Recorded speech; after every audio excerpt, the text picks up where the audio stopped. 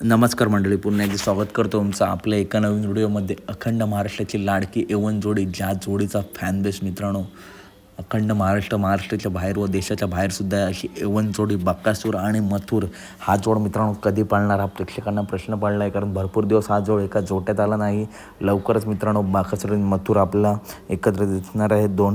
दोघांचे मालक दिलदार मानाचे आहेत, त्याच्यामुळे लवकरच हा टॉप पायरा आपला दिसणार आहे. परंतु नक्की कोणत्या मैदानात मित्रांनो अंदाजे हा जोड दिसू शकतो? तर मित्रांनो येत्या 31 तारखेला मागच्या वर्षी हा जोड ज्या मैदानात पडला होता, मथुर आणि बकासूर एवन जोडी मित्रांनो, वेरगाव येथे आई एकविरेचं मैदान होतं मित्रांनो, त्या मैदानात हा जोड पडला होता.